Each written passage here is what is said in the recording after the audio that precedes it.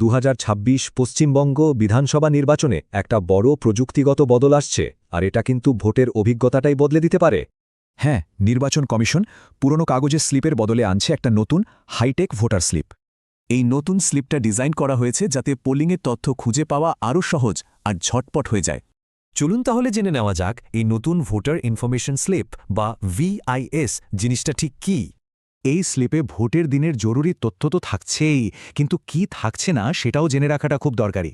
ভোটের অন্তত 5 দিন আগে বুথ লেভেল অফিসার বা বিএলওরা এই স্লিপ বাড়ি বাড়ি পৌঁছে দিয়ে যাবেন। এমনকি দৃষ্টিহীন ভোটারদের সুবিধার জন্য ব্রেইলযুক্ত স্লিপের ব্যবস্থাও করেছে কমিশন। তবে একটা খুব জরুরি বিষয় কিন্তু মাথায় রাখতেই হবে, বলা যেতে পারে এটা সবচেয়ে বড় সতর্কবার্তা।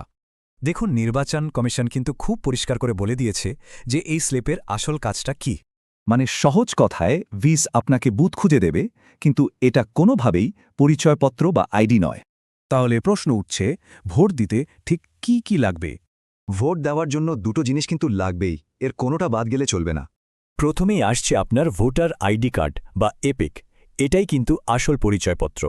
কিন্তু এপিক না থাকলেও চিন্তা নেই, আরও 12টা বিকল্প পরিচয়পত্রের মধ্যে যে কোনো একটা দেখালেই হবে।